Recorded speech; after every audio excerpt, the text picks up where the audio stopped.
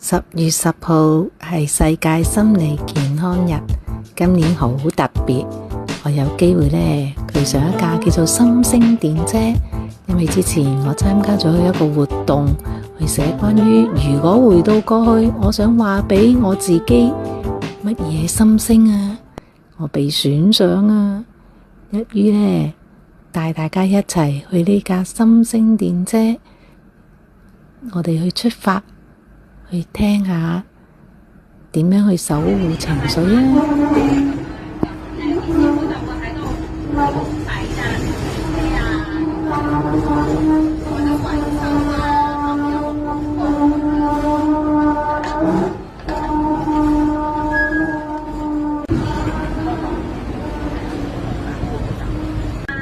好悲傷啦，好難過啦，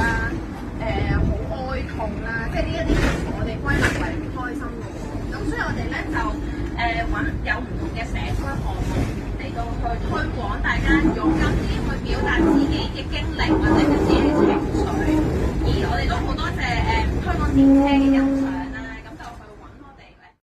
唔單止我哋可以聽到講解，我哋就有機會去做一個小手工，就係一個鎖匙扣鏈，係咪好靚呢？我哋仲送咗呢隻叮叮貓俾我哋。